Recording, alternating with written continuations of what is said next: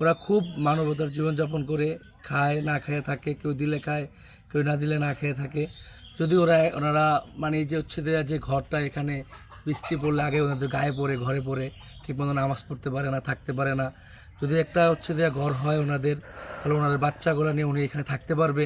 আমার দেখা সবচেয়ে অসহায়, আমি অনেকগুলা গ্রাম দেখছি, দেখা সেখান থেকে ওনাদেরকে সাজেস্ট করছি। ওনার দুটা বাচ্চা আছে, একটা মেয়ে একটা ছেলে, ওরা এতিম, ওনার স্বামী মারা গেছে। উনি যে ওনার ছেলে মেয়েদেরকে নিয়ে এখানে আসে, এটা আমাদের গ্রামের মানুষের জন্য অনেক বড় একটা প্রাপ্য, যে এই বয়সে উনি তার ছেলে মেয়েদেরকে ভোগ করে আসে এখানে। এটা আসলে বিধবা অবস্থাতে উনি ওনার ছেলে মেয়ে নিয়ে এখানে থাকবে বলছে, এটা আমাদের জন্য সবচেয়ে বড় পাওয়া, মানে অনেক বড় পাওয়া। অনেক নারী কিন্তু আছে, যে আসলে কাউকে ছোট করছি না ভিডিওর মধ্যে, অনেক নারী আছে স্বামী মারা গেলে থাকতে চায় না। এইরকম পরিবেশের মধ্যে আসলে থাকতে চায় না, বাকি আরেকজন চিন্তা করে যে আমি এর থেকে ভালো একজনের কাছে যাবো, আমি একজনের আমার সাথে জীবনটাকে সংসার শেষ করে দেবো। শেষ করে দিব। দাদির কাছে দুই ছেলে মেয়ের ফালাই রেখে চলেই যেতে পারে, অবশ্যই পারতো। তো সেই জায়গা থেকে তার প্রতি শ্রদ্ধা এবং সালাম, কারণ সে তার শাশুড়ি এবং সন্তানকে বুকে ধারণ করে, বাকি কোলে ধারণ করে, এই বৃষ্টির মধ্যে, এই ঝড় বৃষ্টির মধ্যে, এই ভাঙা ঘরের মধ্যে সে আসলে আঁকড়ে ধরে বসে আছে। তো আমি চাই বাকি আমরা দেশবাসী সবাই মিলে যদি ওনাদের জন্য কিছু করতে পারি, সেটা আমরা চেষ্টা করতেছি। আচ্ছা, আপনার যে আজকে রান্না করার মতো কিছু নাই তো কিছু মনে করেন না, লাস্ট কবে আপনি মাছ গোস্ত খেয়েছেন ছেলে মারা যাওয়ার পরে, নিজে মানে বাজার করে খেতে পারছেন? জি না জি রাহি বাজার করিয়া জি না জি করতো না খাবি, টাকা নেই, পয়সা নেই, হচ্ছে- ছেলে কিছু থুইয়া যায়নি, কি দিয়া খাবি, কই যান কেদারে যান।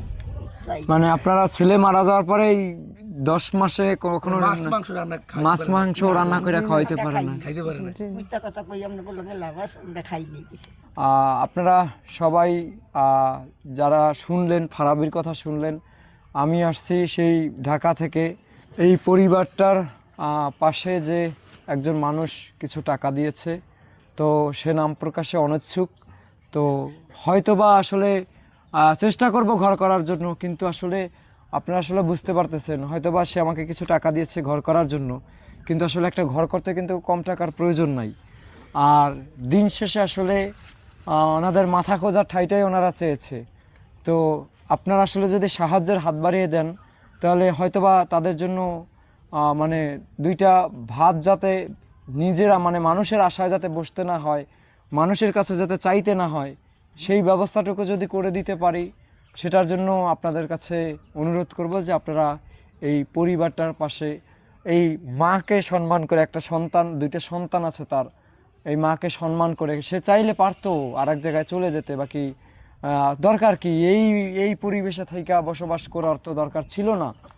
তো সে যেহেতু আছে, তো আমাদের কর্তব্য আসলে দেশবাসী মিলে, মানে তার জন্য আসলে তার এটা পুরস্কার হিসাবে, মানে তাকে সম্মান জানাই, এটা আমাদের আসলে এগিয়ে আসা উচিত আমার মনে হয়, আমার জায়গা থেকে। কারণ এই যে ঘরের মধ্যে সব জায়গায় পানি, ঘরের মধ্যে বসতে পারি নাই, ওনারা যারা সাহায্য করবে, কারণ এই যেই টাকা দিছে সেই টাকায় তো ঘর নাও হতে পারে।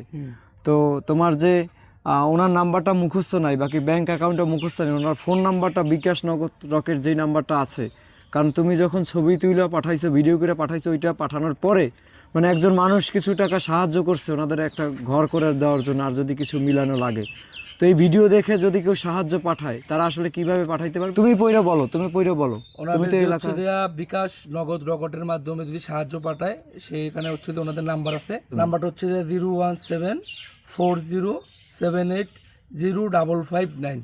আমি আবারও বলতেছি 01740780559। আচ্ছা, এই নাম্বারে বিকাশ নগদ রকেট, এবং আচ্ছা, ওনাদের আচ্ছা। একটা হচ্ছে যে ওনার নামে একটা অ্যাকাউন্ট আছে ইসলামী ব্যাংকে। যদি আমি অ্যাকাউন্ট নাম্বারটা বলি, অ্যাকাউন্ট নাম্বারটা হচ্ছে দেয়া 20500190202416415415। এই ইসলামী ব্যাংকের অ্যাকাউন্ট কার? ওনার ওনার নাম কি? ওনার নাম হচ্ছে যে শিলনা বেগম। সেলিনা বেগম ওনার নাম?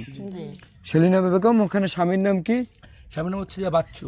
কথা হইলো যে এই 700 টাকা ব্যাংক অ্যাকাউন্ট খুলে দিছো কি তুমি?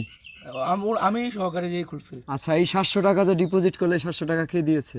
এটা দিছি, আমি দিয়েছি আমার পকেটে। তুমি দিছো মানে ব্যাংক অ্যাকাউন্ট? টাকা পয়সা নাই, ব্যাংক অ্যাকাউন্ট করতে খুলতে গিয়ে হ্যাঁ, ব্যাংক অ্যাকাউন্ট করতে তো একটা টাকা লাগে, সেটা আমি জানি।